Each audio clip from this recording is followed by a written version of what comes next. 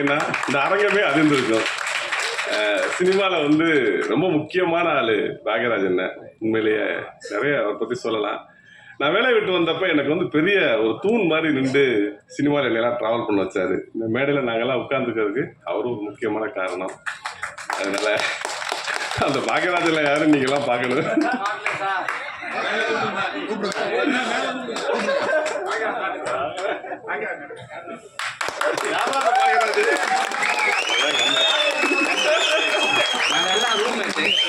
ஒரு படம் சக்சஸ்னா பின்னாடி எவ்வளோ உழைப்பு இருக்குன்றது அது வர்றதுக்கு முன்னாடி கொஞ்சம் நீங்கள் பார்த்துருப்பீங்க. அது நாங்களாம் பல உழைப்பு பார்த்துட்டோம். அதனால நன்றி எல்லாருக்கும். தேங்க்யூ. நான் ராமு, கௌதம், அந்த மாதிரி நாங்கள் எல்லோரும் ரூம்மேட்டு. அப்போ யாருமே நாங்கள் டைரக்டர் கிடையாது, எல்லாருமே அசிஸ்டன்ட் டைரக்டரு. இப்போ எல்லாருமே டைரக்டராக இருக்கோம். ஒரு பெரிய எனர்ஜி எங்களுக்கு பின்னால் எப்போதுமே இருப்பார்.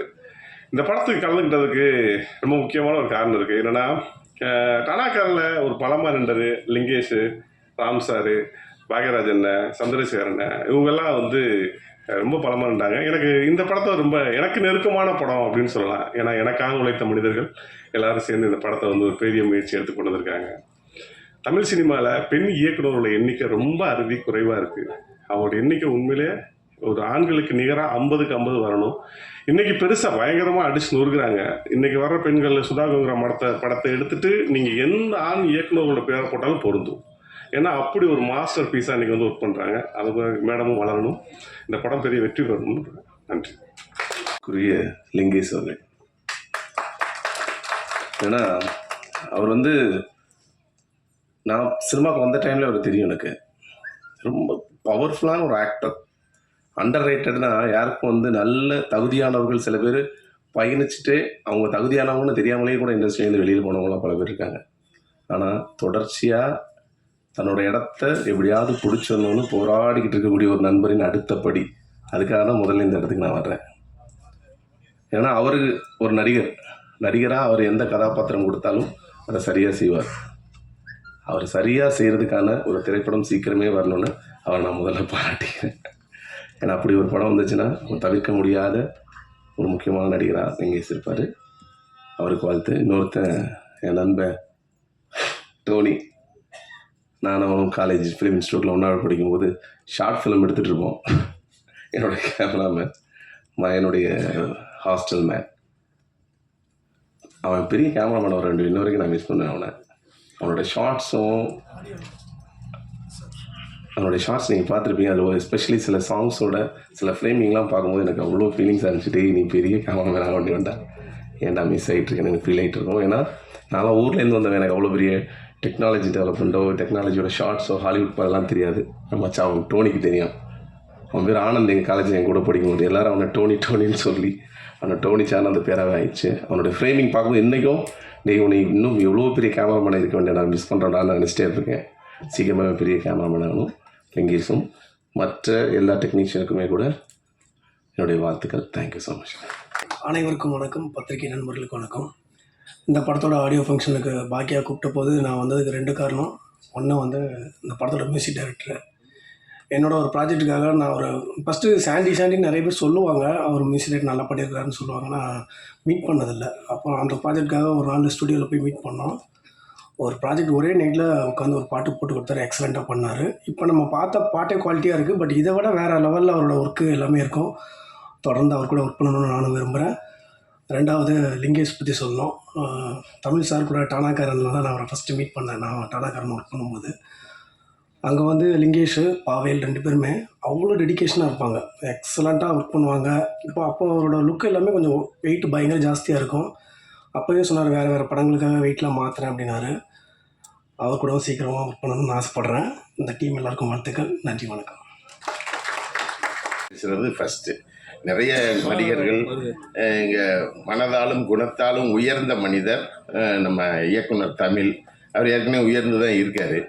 அப்படிப்பட்ட நபர்களோடு சகோதரர்களோடு எனக்கு நெருங்கிய தொடர்பு உண்டு.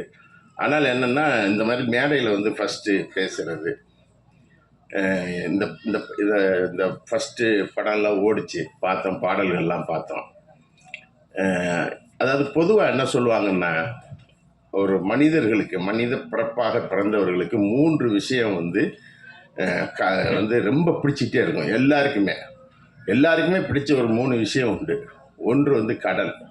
கடல் எந்த மனிதர்கள் போய் நின்னாலும் அந்த கடல்ல இருந்து வெளியே வரவே மாட்டாங்க. அந்த கடலை பார்த்துக்கிட்டே இருப்பாங்க. 2வது ஒரு விஷயம் மலை. மலை பிரதேசத்துக்கு போனாலும் என்ன செய்வாங்க, பார்த்துக்கிட்டே இருப்பாங்க. அந்த மலை அவர்களை வந்து அங்கேருந்து வெளியேற விடாது. 3வது யானையவும் பார்த்துக்கிட்டே நிற்பாங்க. இந்த 3ஐயும் மனிதர்கள் பார்த்த உடனேயே அந்த இடத்திலிருந்து தங்களை நகர்த்தி கொள்ள மாட்டார்கள். அங்கேயே நின்றுட்டே இருப்பாங்க, அதை பார்த்துக்கிட்டே இருப்பாங்க. ஏன் இது இருக்குது, இதனுடைய உளவியல் என்ன அப்படின்னு பார்த்தா, இந்த 3மே அளவில் பெரியதாக இருக்கிறது. கண்ணு கொள்ளாது, பார்க்கறதுக்கு ரொம்ப பெருசாக இருக்கும். இந்த கடல் அலைகள் பாய்ஞ்சிக்கிட்டு இருந்த இடம் அநேகமாக இது தரங்கம்பாடின்னு நான் நினைக்கிறேன். ஏன்னா தரங்கம்பாடியில் தான் இந்த பாடல்கள் எடுக்கப்பட்டிருக்குன்னு நினைக்கிறேன். ஏன்னா நான் தரங்கம்பாடிக்குள்ளே ஒரு 15 நாள் உட்காந்து இந்த காவிரி நீரோவியம்னு ஒரு புக்கு எழுதினேன். அந்த புத்தகம் எழுதும்போது நீங்கள் அமர்ந்து மேலே காதல் பாடிக்கொண்டிருக்கிறீங்கல்ல, அதற்கு கடலுக்கு கீழே ஒரு மிகப்பெரிய வரலாறு இருக்குது. அதான் என் மனசுக்குள்ளே வந்து போச்சு. நல்ல ஒரு இடம் அது. அந்த கடலுக்குள் பல காதல்கள் செத்துப்போன வரலாறு ஒன்று. அந்த அலைகள் அந்த சோகத்தை பாடிக்கொண்டே இருக்கும். அந்த ஊருக்கு பேரே தரங்கம்பாடினாலே அலைகள் பாடி அப்படின்னு தான் பேர். தரங்கம்னா அலைகள் பாடிங்கிற ஊர் தான் தரங்கம்பாடின்னு சொல்கிறாங்க. அந்த ஊரில் தான் இந்த ஷூட்டிங் நடந்திருக்கு. ஏறக்குறைய 2-3 பாடல்கள் அதிலே இருந்தது. அந்த இடிந்து போன அந்த திண்டுகளுக்குள்ள இருக்குல்ல, அதற்கு உள்ள நான் இங்கே போய் ஆய்வு செய்து எழுதுனதில், அந்த காலத்தில் வயதுக்கு வந்த பெண்கள் பூப்படைந்த உடனே அன்றைக்கு இருந்த வெள்ளையர்களால், இல்லை அன்றைக்கு இருந்த ஆதிக்க சக்திகளால், அன்றைக்கு இருந்த மன்னர்களால் அவங்க வந்து பூ பெய்த உடனே அவங்கள வந்து அரண்மனைக்கு அனுப்பி வைக்கணும். இல்லாட்டினா அங்கே இருக்கிற படை வீரர்கள் வந்து அவர்களோடு உறவு கொள்ளணும். இவர்களுக்கான காதலோ எதுவுமே இருக்காது. உடனே அந்த தரங்கம்பாடி ஊரில் என்ன பண்ணுவாங்க அப்படின்னு சொன்னால், குழி தோண்டுவார்கள். ஒரு குழியை தோண்டி நெல் போடக்கூடிய ஒரு இதை உள்ளே வைப்பாங்க. வச்சுட்டு அதுக்குள்ளே அந்த குழந்தைய, அந்த பூ பெய்த பெண்ணை உள்ளே இறக்குவாங்க. இறக்கின உடனே அந்த பொண்ணு உள்ளே போய் அந்த நெல் அள்ளிட்டு வாமா அப்படின்னு சொல்லுவாங்க. அந்த குழந்தை உள்ளே இறங்கின உடனே மண்ணை போட்டு மூடிடுவாங்க. இந்த மாதிரி எவ்வளோ தெரியுமா, கிட்டத்தட்ட 8200 குழந்தைகள் அந்த கடலுக்கு கீழே இருக்கிறார்கள். அதற்கு பேர் பூவாடைக்காரி அப்படின்னு பேர் அதுக்கு. அதை வச்சுட்டு அந்த குழந்தை இறந்த இடத்த தெய்வமாக வழிபடுவாங்க. ஒரு பெட்டியில் பூ செஞ்சு அந்த பூவை சுற்றி அதை வழிபடுவாங்க. தரங்கம்பாடி கடற்கரை முழுவதும் பூவாடைக்காரிகள் நிறைந்த ஒரு ஊர். அவர்களுக்கு காதல் உண்டு. அந்த காதல் என்ன செய்யப்படுகிறது, அந்த இடத்த பார்த்ததுலேருந்து எனக்கு அப்படி தான் மனசுக்குள்ள அதை பார்த்துக்கிட்டே இருந்தாலே ஒரு பதட்டம் வந்துக்கிட்டே இருந்துச்சு. ஆனால் அந்த கடல் வந்து ஒரு கதையை சொல்லிக்கொண்டே இருக்குது. அந்த கடலின் மேல் நின்று, அந்த தரங்கம்பாடியில் நின்று ஒரு காதல் கதையை நீங்கள் என்ன செய்கிறீர்கள், சொல்ல முயன்றிருக்கிறீர்கள். அந்த வகைக்கு வாழ்த்துக்கள், பாராட்டுக்கள். ஏன்னா காதல் என்பது நீங்கள் வந்து ஒரு ரொம்ப நீங்கள் பெரியாரை வந்து சொல்லுவாங்க தமிழ்நாட்டில். பெரியார் இல்லாமல் ஒரு விஷயத்தை பேச முடியாது. நீங்கள் வந்து பெரியார் வந்து காதலை பற்றி ஒரு விஷயம் சொல்லுவார். திருமணமோ கல்யாணமோ கன்னிகாதானமோ எதுவுமே தமிழ் சமூகத்தில் வழக்கே கிடையாது. நமக்குள் இருந்ததெல்லாம் காதல் தான். ஏன்னா கல்யாணமும் கன்னிகாதானமும் திருமணமும் பின்னால் நாம் உருவாக்கி கொண்டது. ஆனால் காதல் என்பது மட்டும்தான் என்னது, நமக்குள் சொந்தமாக இருந்தது என்று பெரியார் விடுதலையில் எழுதியிருக்கிறார். ஆனால் பெரியார் வந்து முன்னுக்கு பின் முரணாக பேசுவார் அப்படி என்றெல்லாம் சொல்லுவார்கள். ஆனால் அவர் முன்னுக்கு பின் முரணாக பேசியிருக்கலாம். ஆனால் அறிவுக்கு முரணாக பெரியார் ஒரு வார்த்தை கூட பேசியவரெல்லாம் மறந்துள்ளார். அவர் அறிவுக்கு முரணாக பேசியவரே கிடையாது. எல்லாமே கிளீனாக என்ன செய்வார், அவர் எல்லா ஃபர்னிச்சரையும் உடைச்சிருப்பார். காதல் ஃபர்னிச்சர்லாம் உடைச்சிருக்காரு. நீங்கள் காதலை பற்றி அவர் முன்னாடி எழுதுனது படிச்சிங்கன்னா காதலை போட்டு உடனே உடைச்சிருப்பார். ஆனால் அவர் எல்லா ஃபர்னிச்சரையும் உடைச்சிருக்கிறாரு. ஆனால் உட்கார வேண்டிய எந்த ஒரு ஃபர்னிச்சரையும் அவர் உடைச்ச வரலாறே கிடையாது. அதில் உட்கார வச்சிருப்பார். அதுதான் அவருக்கு இருக்கிற ஸ்பெஷல். நீங்கள் அவரை விமர்சிக்கலாம், என்ன வேண்டுமானாலும் பண்ணலாம். நீங்கள் வந்து கார்ல் மார்க்ஸ் எழுதிய, ஜென்னிக்கு எழுதிய காதல் கடிதம், அதை படித்து பார்க்கலாம். அம்பேத்கர் ரமாபாய்க்கு எழுதிய அந்த காதல் கடிதம், அதெல்லாம் பார்த்தீங்கன்னு சொன்னால் ஒரு காதல் அப்படிங்கிற ஒரு விஷயத்த, அதுவும் ஒரு பெண் சிந்தனைக்குள் ஏறுவது இருக்குல்ல, ஒரு பெண்ணுடைய சிந்தனைக்குள் பெண் சமூகத்தை சமைப்பவள். உண்மையிலே அந்த அம்மாவை பார்க்கும்போது அவ்வளோ பெருமையாக இருக்கு உண்மையிலே. அதாவது இதுக்கு வயசோ மற்ற விஷயமோ அவங்க சொல்லியிருக்கக்கூடிய விஷயமோ இதில் உழைத்திருக்கக்கூடிய அத்தனை பேருடைய உழைப்புமோ இது வெற்றி பெற வேண்டும் என்பது எல்லோருடைய விருப்பம். இது வெற்றி பெற வேண்டும். ஏன்னா ஒரு முயற்சி என்றைக்குமே எடுத்துக்கொண்ட ஒரு முயற்சி தோல்வியே கிடையாது, என்றைக்குமே கிடையாது. அது வந்து தோல்வி அப்படிங்கிறது ஒன்றை நான் ஏற்றுக்கிறவே மாட்டேன். நீங்கள் அது இவர்கள் இன்றைக்கு விதைத்திருக்கிற எந்த ஒன்றுமே, இந்த பூமியில் ஒன்றை விதைத்தீர்கள் என்று சொன்னால் பூமியில் எல்லாமே விழுந்துக்கிட்டே இருக்கும், ஆனால் மக்கி போயிடும். விதை ஒன்று மட்டும்தான் என்ன செய்யும், முளைச்சிக்கிட்டு வெளியே வரும். அப்போ விதைத்து கொண்டே இருப்பது அப்படிங்கிறது ஒரு விஷயம் இருக்குல்ல, அதை இவர்கள் எல்லோரும் சேர்ந்து என்ன செஞ்சிருக்கிறாங்க. சொல்லியிருக்கிற முறை என்ன, அது என்ன வடிவத்தில் சொல்லப்பட்டிருக்கிறது, எப்படி அது காட்சிப்படுத்தப்பட்டு இருக்கிறது, அது எப்படி மக்கள் ரசிக்க போகிறாங்க, இதெல்லாம் ரெண்டாவது பார்ட். ஆனால் ஒரு விதையை விதைப்பது அப்படிங்கிற ஒரு விஷயம் இருக்குல்ல, அது ரொம்ப முக்கியமான ஒரு விஷயம். அதில் ஈடுபட்ட உங்கள் அனைவருக்கும் எனது பணிவான வணக்கத்தை நான் உண்மையிலேயே கதாநாயகன் கதாநாயகி. ஏமா நீங்கள் இப்படி பேசாமல் இருந்தீங்கன்னா உங்களை யார் லவ் பண்ணுவா? வந்தீங்க டக்குன்னு போய் உக்காந்துக்கிட்டீங்க, நல்லா பேசணும்ல. அப்போ பெண்கள் அந்த அடிப்படையில் ஒரு மிகப்பெரிய ஒரு முயற்சியை என்ன செஞ்சிருக்கிறாங்க. தமிழ் சினிமாவை பொறுத்த மட்டும் பெண்கள் நடிக்கவே கூடாது அப்படிங்கிறது இந்த காலமெல்லாம் உண்டு. ஆண்களுக்கு தான் சேலை கட்டி நடிக்க வச்சாங்க. கேபி ஜானகி அம்மான்னு ஒருத்தவங்க மதுரையில் பொது உடைமை இயக்கத்தில் இருந்தவங்க, அவங்க தான் ஃபஸ்ட்டு என்ன செஞ்சாங்க, நடிக்க வந்தாங்க. யாரோட? விஸ்வநாத தாஸ் மேடை நாடகத்தில் நடிக்க வந்தவங்க. முதல் சினிமா நடிகை, நாடக நடிகை கேபி ஜானகி அம்மா தான். அவங்க தான் நடித்தாங்க. விஸ்வநாத தாஸ் பிறப்பால் தாழ்த்தப்பட்டவர் என்பதற்காக அவர் கூட நடிக்க மாட்டாங்க. ஆனால் அவர் ஒரு சிறந்த கலைஞர். விஸ்வநாத தாஸ் ஒரு மிகப்பெரிய கலைஞர்.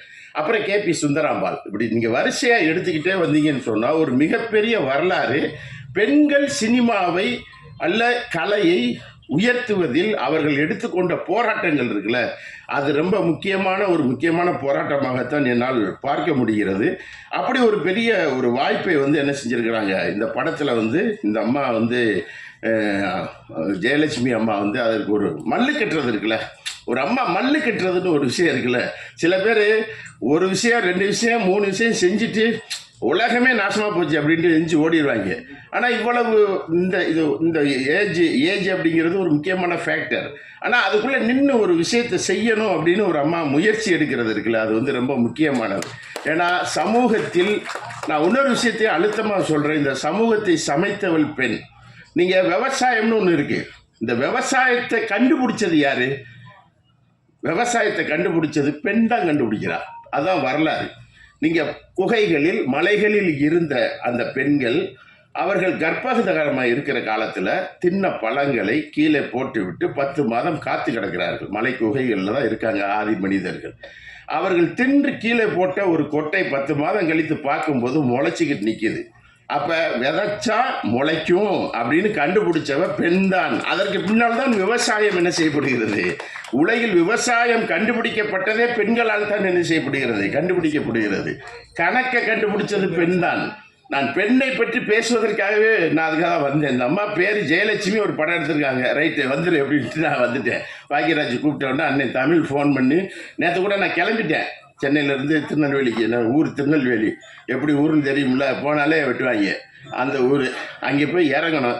அப்புறம் பாக்கியராஜ் தமிழன்னு சொன்னாங்க, நீங்கள் வாங்க கண்டிப்பாக ஒரு நிகழ்ச்சியில் பேசணும் அப்படின்னு சொல்லிட்டு, அந்த அடிப்படையில் தான். அதே போல் கணக்கு என்பது ரொம்ப முக்கியமான ஒரு விஷயம்.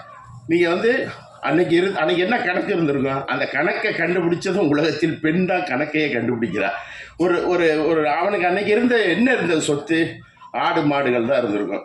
ஆடுகள் பூரா என்ன செய்யும், மேய்ச்சலுக்கு போகும்போது கல்லெடுப்பா. கல்லெடுத்து 1 2 அப்படின்னு சொல்லியிருக்க மாட்டா, கல்லை போட்டிருப்பா போயிருக்கும், ஒரு உருப்படி போயிருக்கும். திரும்பி ஆடு வருது, குழியில் கல் இருக்கு, எடுத்து வெளியே போடுதா, 1 2 3 100 போச்சு, 99 கல் தான் குழிக்குள்ளே போயிருக்கு, ஒத்த ஆட்டை காணா, தேடுறா அப்படிங்கிறதுல இருந்து தான் கணக்கு உருவானது. கணக்கை கண்டுபிடித்தவளும் பெண்ணு தான். இதுதான் உலக வரலாறு. அப்ப உலகத்தை சமைத்தவள், சமூகத்தை சமைத்தவள், சமூகத்தை எப்படி காதலித்திருப்பாள் என்று நாம் யோசித்திருக்க வேண்டும். அப்படி சமூகத்தை காதலித்த ஒரு பெண்களை எப்படி இந்த சமூகம் அடக்கியது, எப்படி இந்த சமூகம் உடக்கியது. இப்பயும் காதல்னு பேசினாலே வெட்டிச்சுக்கிட்டு நிற்கக்கூடிய, அருவாளெல்லாம் கையில் தூக்கிக்கிட்டு நிற்கக்கூடிய காலத்திலும் ஒரு காதலை வாழ வைத்து கொண்டிருப்பது அப்படிங்கிறது சினிமா தமிழ் சமூகம் மாத்திரமல்ல, உலக சமூகத்தை வாழ வைத்து கொண்டிருக்கிறது, காதலை வாழ வைத்து கொண்டிருக்கிறது. ஆதலினால் காதல் செய்வீர் என்று என்ன சொன்னா பாரதி? ஆதலினால் காதல் செய்வீர். காதல் செஞ்சா என்னெல்லாம் கிடைக்குங்கிறா யாரு? பாரதியார். பாரதியார் சொன்ன ஆதலினால் காதல் செய்வீர் உலகத்தீரே அப்படின்னு ஒரு இது இருக்கு பத்தியில. காதல் செய்தார் மானுடருக்கு கலவி உண்டு, கலவியில் கவலை தீரும். இந்த ஒரு முத்தம் கொடுத்தார்ல, கவலை தீரும்.